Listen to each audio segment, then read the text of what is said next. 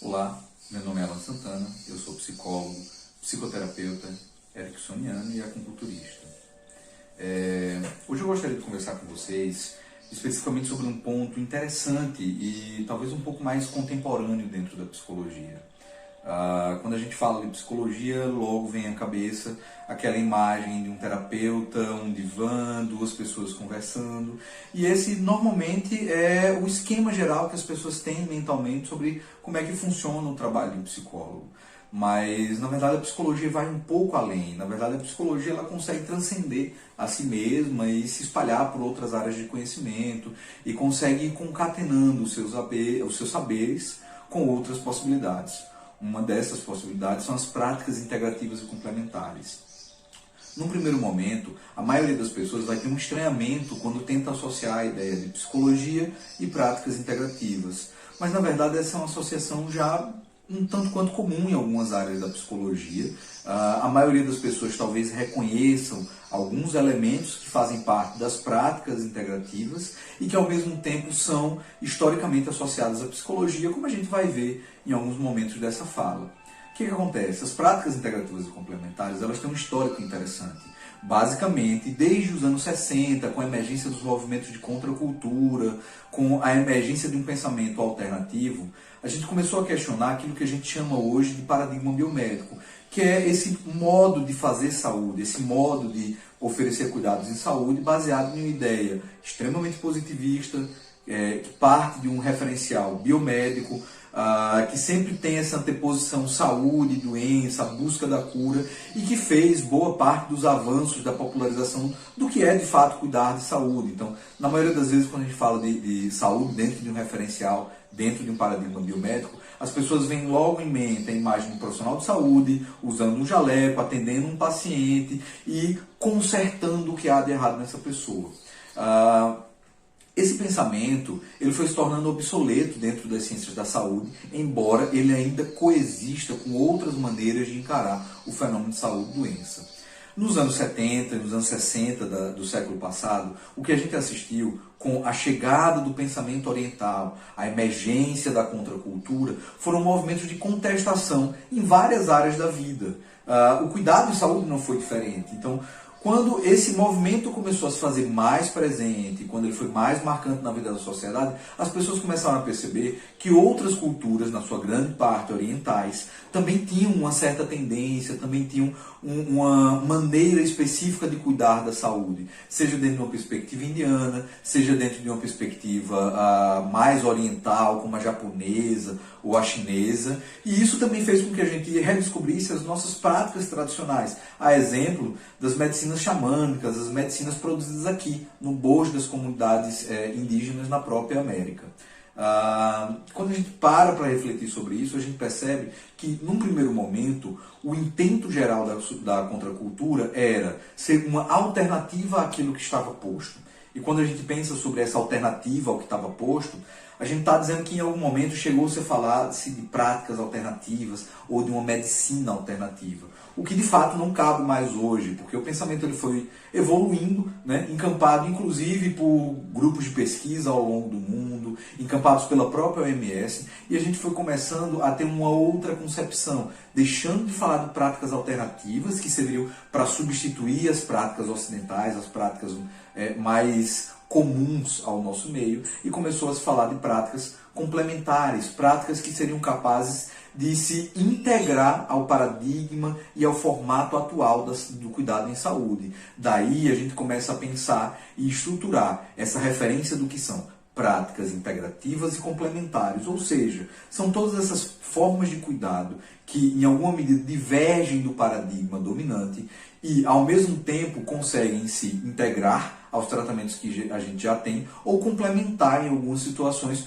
onde isso é possível. E a gente deixa de lado essa ideia bem inicial de que as práticas integrativas seriam uma maneira alternativa de oferecer cuidado em saúde. Hoje a gente pensa que é muito mais interessante, muito mais produtivo que as coisas estejam equilibradas, concatenadas umas com as outras e que essas práticas de fato possam se somar às outras existentes na busca de um melhor cuidado em saúde, né? E quando eu falo que a psicologia já tem um histórico junto às práticas integrativas, não é à toa. Por exemplo, quando a gente fala sobre a hipnose, a gente está falando de uma prática, né? A gente está falando de uma técnica de cuidado que remonta ao nascimento da ciência psicológica, remonta ao nascimento da psicanálise e que de uma maneira mais evidente, mais privilegiada ou mais marginal dentro da produção científica da psicologia, sempre esteve passo a passo com a psicologia. A gente também pode falar de outras práticas integrativas, como a arte-terapia, que o Brasil, em particular, é extremamente privilegiado por ter tido a Anísio da Silveira, uma eminente e ilustre psiquiatra brasileira, que conseguiu trazer todo um peso e importância para a utilização da arte no cuidado em saúde mental. E essas duas são técnicas e são práticas que são realizadas por profissionais de psicologia, que historicamente a própria sociedade identifica o profissional de psicologia como sendo alguém capaz de executar essas práticas e, ao mesmo tempo, também estão na listagem da Política Nacional de Práticas Integrativas e Complementares, né? Que basicamente é a política dentro do SUS que regulamenta, organiza e dá as diretrizes para a execução das práticas integrativas em todo o território nacional. E a gente pode citar algumas outras dessas técnicas que também são consideradas práticas integrativas, que também integram esse rol de 29 práticas, de 29 técnicas, de 29 maneiras diferentes de cuidado de saúde que estão presentes no SUS, a depender da disponibilidade geográfica, enfim, e de como os processos de montar essa política nos níveis municipais e estaduais se dão. Mas a gente tem também o exemplo das práticas corporais, as terapias corporais, como a bioenergética, que é criada dentro do bojo das psicoterapias, que se propõe a ser uma maneira de cuidar de saúde a partir de um referencial psicoterápico, mas que resgata o corpo como dimensão central desse cuidado.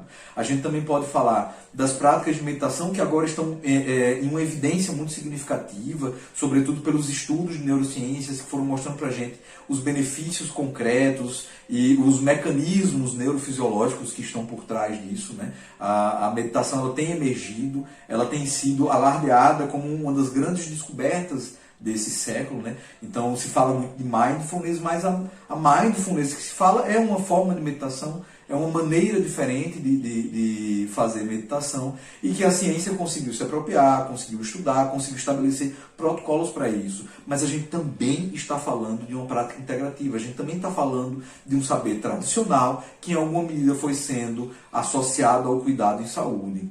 E claro, a gente não poderia deixar de falar também, né, como exemplo de uma prática integrativa, que também tem muito a ver com a psicologia, é o caso da acupuntura, né? Quando a gente fala de acupuntura, a gente sabe que o Conselho Federal de Psicologia, em um momento da sua história, tentou fazer uma regulamentação da acupuntura para o uso dos psicólogos. A gente tem uma sociedade brasileira de acupuntura, de psicólogos acupunturistas, melhor dizendo. A gente tem esses agrupamentos e, historicamente, a categoria de psicólogos é uma categoria que também utiliza essa prática integrativa dentro dos seus referenciais de cuidado. O que muda, então, diante disso, né? Quando a gente fala de práticas integrativas, a gente está pensando um campo extremamente vasto. E quando eu digo vasto, só na Política Nacional de Saúde, que a gente sabe que não engloba todas as possibilidades existentes, a gente consegue destacar 29 práticas integrativas diferentes. Desde coisas como as que eu falei aqui, hipnose, arte-terapia, bioenergética, até mesmo crenoterapia, o termalismo social, a apiterapia e outras maneiras de cuidar de saúde que talvez não façam tanto sentido para o exercício da psicologia. O que a gente tem de fato, de concreto hoje? A prática integrativa que está regulamentada pelo Conselho Federal de Psicologia para o uso de psicólogos é a hipnose. Ela possui uma resolução editada pelo Conselho Federal de Psicologia e existem escolas teóricas que trabalham com a hipnose no Brasil. A gente sabe que também a arte-terapia é algo que está intimamente associado. A gente fala da bioenergética como uma abordagem aceita entre os pares, como uma abordagem possível de ser utilizada por psicólogos. A gente fala de meditação, a gente fala de acupuntura ainda com alguns estranhamentos, mas já existe mais ou menos um consenso de que os psicólogos possam utilizá-lo. mas a gente para um pouco nessa seara. Existem, claro, outras práticas integrativas que estão, sobretudo, no locus das práticas integrativas grupais, como a tenda do conto, a biodança, que também são realizadas por psicólogos, que também são utilizadas nos processos de cuidado em saúde, que são conduzidos por profissionais de psicologia, mas isso ainda é um campo de contenda, ainda é um campo de discurso, o quanto que a psicologia pode e deve ou não se apropriar dessas práticas. Então, a gente tem alguns desafios, obviamente, quando fala disso. A gente fala de desafios éticos. Será que é ético que o psicólogo utilize toda e qualquer prática integrativa? Será que algumas práticas integrativas não partem de pressupostos que são dissonantes com a ciência psicológica? Será que algumas dessas práticas que estão dentro da Política Nacional de Saúde não fogem excessivamente do campo da psicologia e que a gente estaria em alguma medida tentando avançar em áreas que não pertencem ao psicólogo? Sim, esses questionamentos existem e é por isso que não existe um consenso de fato sobre quais são todas as práticas integrativas que os profissionais de psicologia podem fazer. Embora todas essas que eu já comentei aqui ao longo dessa conversa, elas já estejam bem documentadas, elas já estejam bem conhecidas pelos profissionais de psicologia e, em alguma medida, reconhecidos pela própria sociedade como viáveis para esse uso. Então, ainda é um território de muita instabilidade, ainda é um campo onde muita coisa precisa ser produzida, ainda é um território onde a gente precisa ainda de um esforço significativo para entender quais são os nossos limites, quais são os nossos desafios éticos, como equilibrar isso com os nossos preceitos fundamentais, né, com os princípios do Código de Ética da Profissão de Psicologia e, ao mesmo tempo, tentar adequar a realidade técnica que é possível para um psicólogo utilizar. Mas uma constatação inequívoca que nós podemos fazer quando conseguimos observar esse cenário das práticas integrativas é de que cada vez mais a psicologia vai se aproximando desse campo, vai começando a imergir nele e tentar entender qual é o seu lugar. Alguns já estão estabelecidos, outros a gente ainda está tentando identificar quais são. Ok? Bem, gente, é isso. Esse papo sobre práticas integrativas é algo que me interessa muito. Como vocês podem perceber, eu gosto das práticas integrativas, eu utilizo algumas práticas integrativas na condição de psicólogo e entendo que é um diálogo extremamente interessante para ser travado pela categoria de psicólogos, que é extremamente interessante de ser pensado por profissionais de psicologia. Então a gente fica aí, qualquer dúvida entre em contato e a gente vai batendo mais um papo sobre isso, ok? Um abraço.